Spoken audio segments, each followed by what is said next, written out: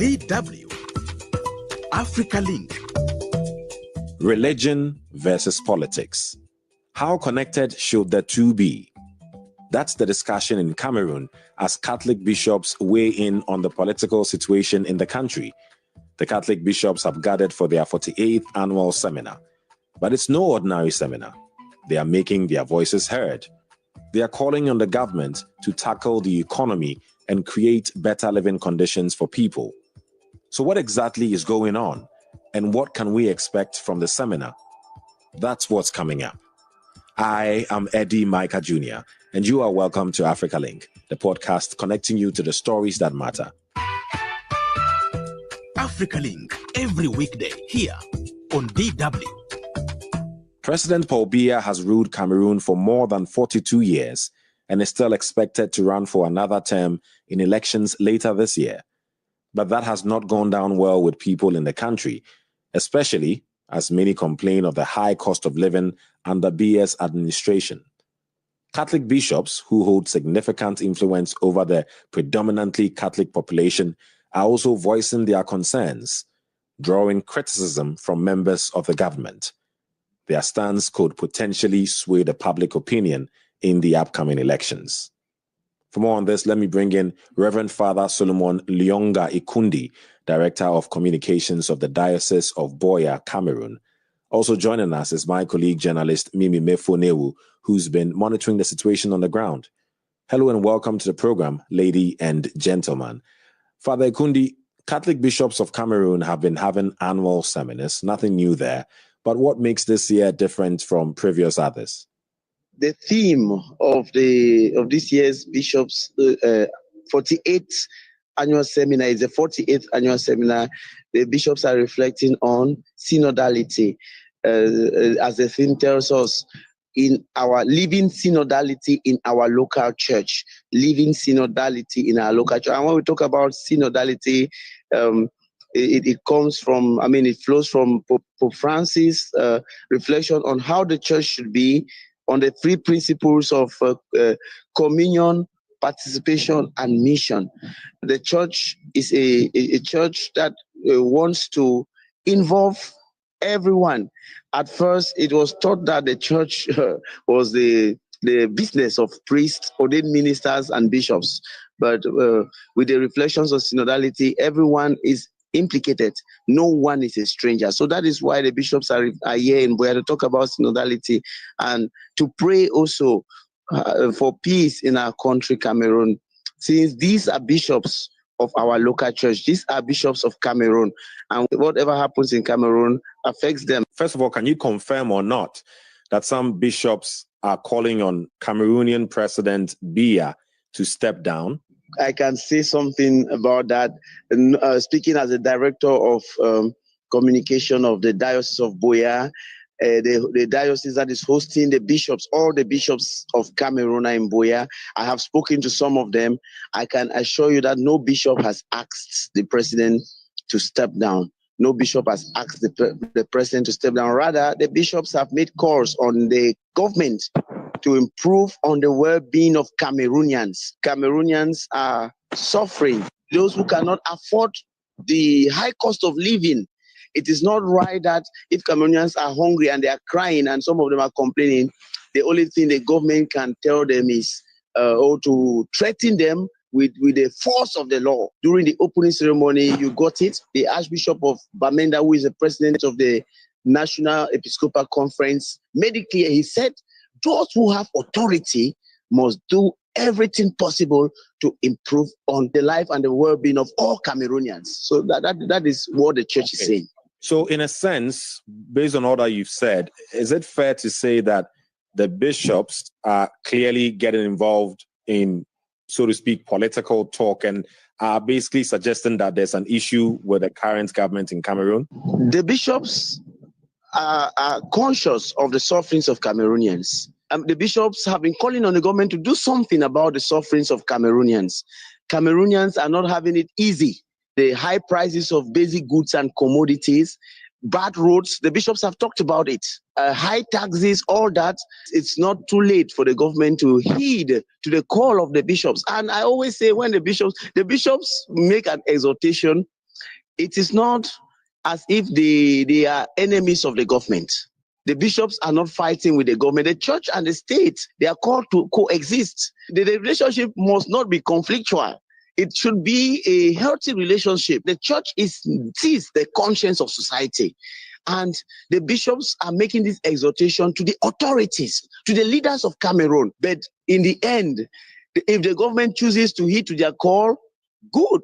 If the government does not choose to heed to their call, then it means that, it's just all about the hardening of hearts. We cannot just continue pointing, accusing fingers.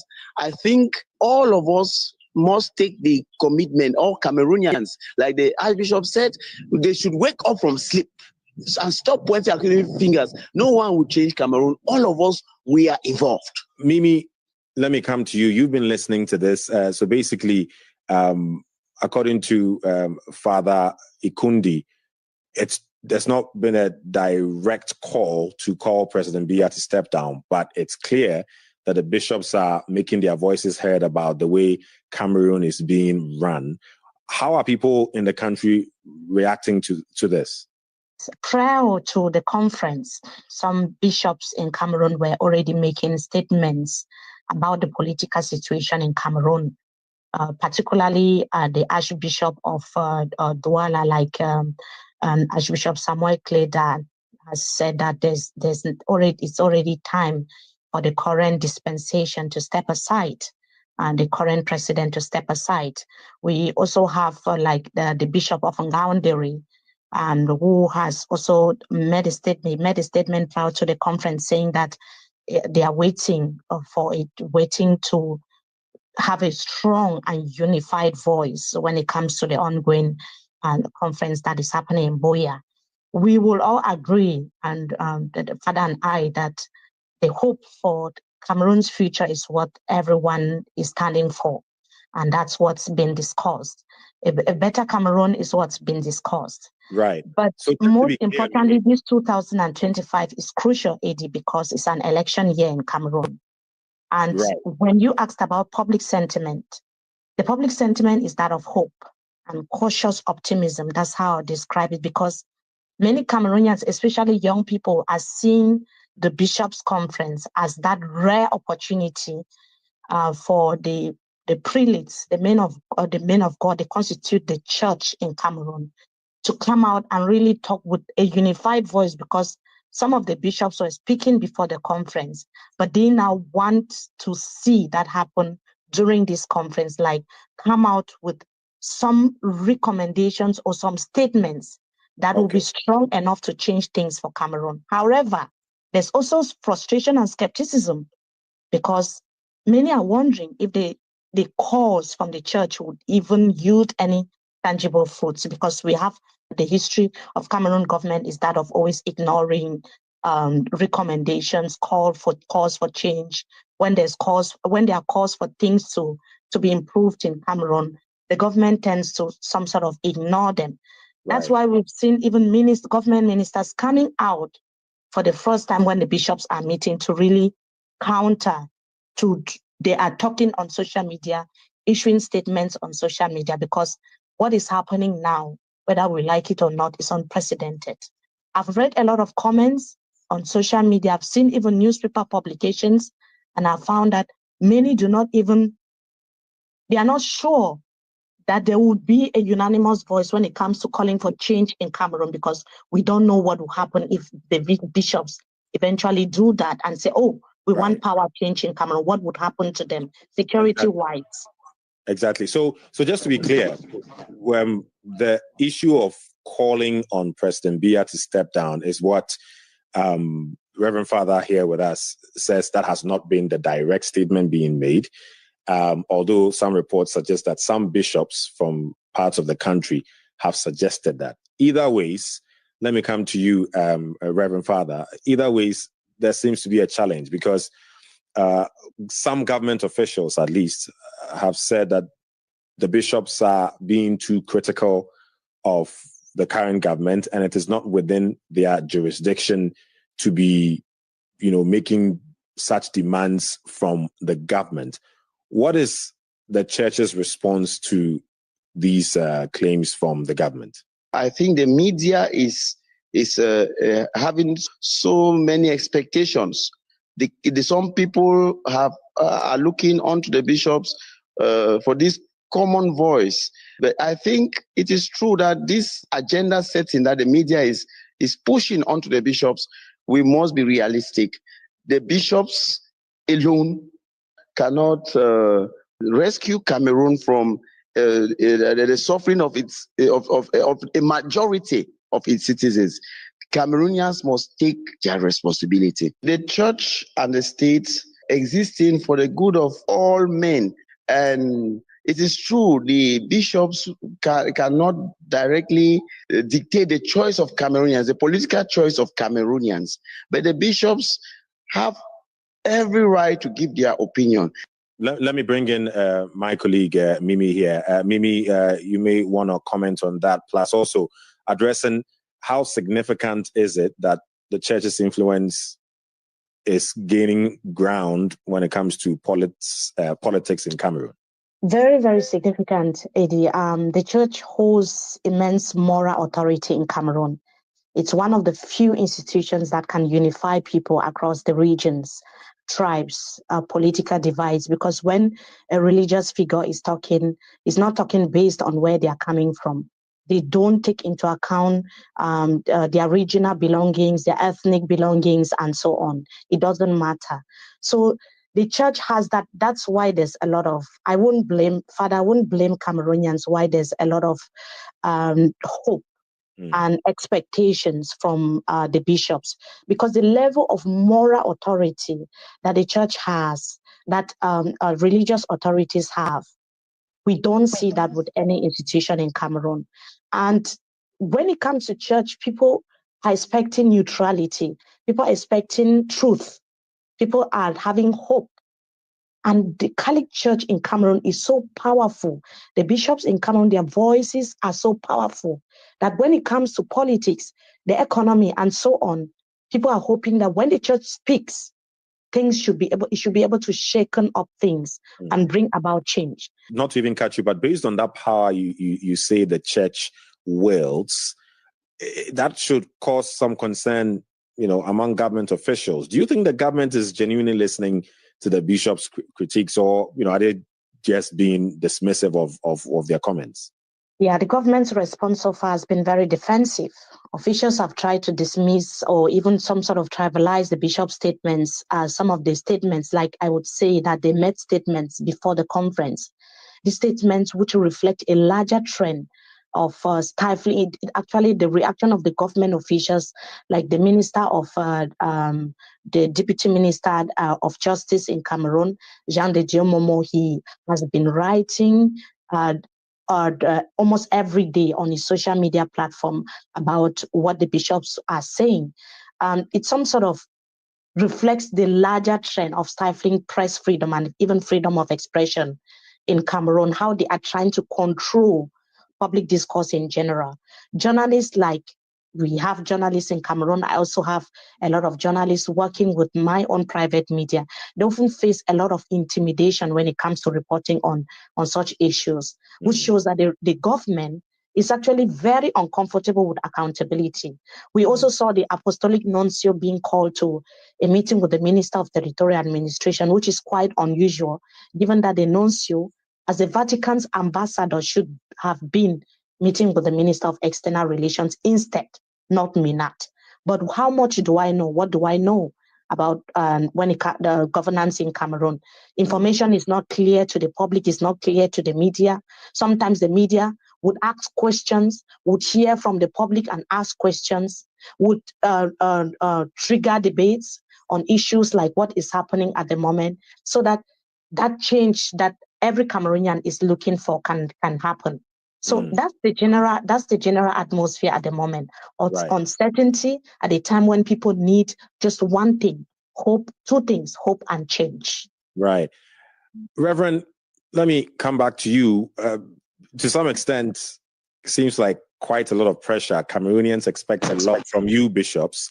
How does that make you feel, that they expect all bishops to speak with one voice on the challenging situation, as both of you have echoed, in Cameroon? I want to note that the bishops are conscious of their responsibility to teach Cameroonians. Remember, the bishops have the triple office, the teaching office, the governing office, and the sanctifying office, which they play.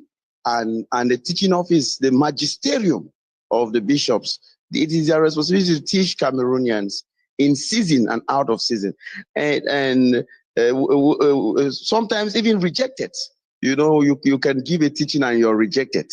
Your teaching can be rejected. Even at the certain point that Jesus taught, and then some of his disciples said, "This is a hard teaching. We cannot accept it." Don't be surprised. I mean, the people are not happy. Those who have power, they're not happy with all these bishops that Mimi is talking about. These bishops who made some comments at the beginning some of them have received threats, and the threats may not come directly, but it could come in very subtle ways, maybe from the writings of some of the government or ministers. If you look at the red hat of the cardinal, which symbolizes martyrdom, you look at even the bishops, most of them are ready to die for the flock. Most of them are ready to continue teaching. But the Cameroonians should open up their hearts. Just to be clear, you're suggesting that some of these comments that you and other bishops have made regarding the situation in Cameroon, the people are suffering, the economy is bad, and something must change. You suggesting that there are threats from people in government against bishops for speaking out? Yes, well, it is not direct, but the threat has been indirect. From the positions taken by some of the ministers, there are ministers who have written on their Facebook pages that Cameroonians should forgive the bishops who dare to speak against the government. Other ministers have even gone as far as saying that the state is secular, and so it means that if people are dying, the church should say nothing. We have a responsibility. The country belongs to all of us, right, and the bishops have their opinion. Yeah, that's a statement you've really echoed and made strong. Let me come to my colleague Mimi, if you want to add to that. Plus, also, as you said earlier, Mimi, this year is the year of elections. A few more months to go. Correct me if I'm wrong. Is that in October or something, 2025? What is the political climate ahead of that, especially in relation to all that's happening so far? The feelings are mixed across the national territory. People are seeing this as that year of liberation, in quote, after a government has been in place for more than 42 years, and with corruption rate very, very high across the national territory. You could also hear further naming some of the issues that are plaguing the country. We have the war in the northwest and the southwest regions, economic woes plaguing the country, cost of living crisis very, very high. Also the Boko Haram war in the far north region of Cameroon, and a lot of instabilities everywhere, economic, political, everywhere across the national territory. People are seeing this year as that year of hope, that year that change can eventually come. I've been talking to so many Cameroonians. I've been seeing like public discourse on social media, because whether we like it or not, things happen on social media, even though we have to cut some sort of filter what we receive on there. But you can see that the general impression, the general talks now are that of change, like people need to register massively to see the change that they want in Cameroon, because they are tired of the status quo. That's the general impression that I'm having. And Father is talking about subtle threats, which is quite true. It's not the first time that we are seeing that happening in Cameroon. The church can face like some sort of surveillance, infiltration, smear campaigns. They would say this bishop is this, just to some sort of discredit the bishops and the church, to make them look like, okay, whatever they say cannot hold or doesn't make sense. That's always the strategy. Right. But whether you like it or not, those campaigns are actually taking place, because there is that general awareness that what comes out of the conference, what the bishops say, would be strong enough to change how Cameroon moves forward. It's not just the bishop alone. Like the father also said that there's a lot of pressure, but it should start from somewhere before it goes general. It's people are talking about it, but what the bishops say would matter a lot when it comes to Cameroonian politics. Right. So, Reverend, as you've heard, a lot of the spotlight is on the bishops as the seminar continues. People are waiting to find the sort of unified voice that the bishops will come out with, as much as clearly has been stated again by the both of you that, of course, it's not just after the bishops, all hands on deck for Cameroon to see the change that it needs. And talking about change, there's been very little change. I mean, we're talking about President Paul Biya, who's been president for 42 years and counting. Reports suggest that he's expected to run again in this year, 2025's elections. How does that make you feel? We should be realistic. At his age, he cannot effectively, as an individual, I may be thinking about is, will he be able, given that there is a lot of work that needs to be done. You remember in the end of year speech, he himself, the president, our president talked about some of the challenges that have continued to bedevil Cameroon, including corruption, and that those who are culprits, those who are fanning the flames of corruption. But if he wants to run again, he should run again. The big question is, will he be able? Road projects poorly executed, people stealing from government, all those problems President Paul Biya is aware of. Will he be able to handle it if he has to run again? Okay. And final words from you as we're wrapping up. I'll come to Mimi to totally wrap it up. But Reverend Father, how do you expect moving forward the role of bishops when it comes to engaging in the political landscape of Cameroon? Where do you expect, or how far do you expect this to go? I think the bishops have to show the example by their collaboration, because we're talking about synodality. Synodality is dialogue with everyone, working together with everyone. And everyone has a place in Cameroon. The church is increasingly under the spotlight, and people are very critical about the church today. But with the bishops being true examples, I think that we can be able to lead Cameroonians. The church should take its responsibility and radically preach the gospel. Radically, I say radically preach the gospel without fearing to lose any advantages. Thank you very much for that submission. Mimi, before you have the final words. Yes, Father has said that the church should play its role, which is actually aligns with the global discussions about the church's role in advocating for justice and governance. We've seen that happening in the DRC, where bishops come out to say, this is what is happening contrary to government reports and statements. We've seen that in places like South Africa during the apartheid era. We've seen that even in Malawi during their political transition, showcasing how faith-based institutions can actually drive meaningful societal change. And that is what many Cameroonians are expecting this 2025.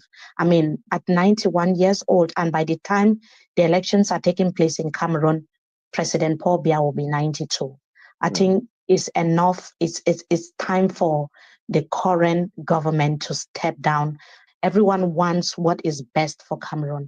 And if the government that is there has been there for 42 years, has not been able to fight corruption, address the sociopolitical crisis plaguing the country, be accountable, ensure electoral transparency in Cameroon, and even bring peace to the country and curb tribalism, I'm not sure they can do that if they are given another term in office. If you have not been able to do that for 42 years, there is nothing else you can do if you are given another term. That's what Cameroonians are talking about now, and that is what the media has been reporting.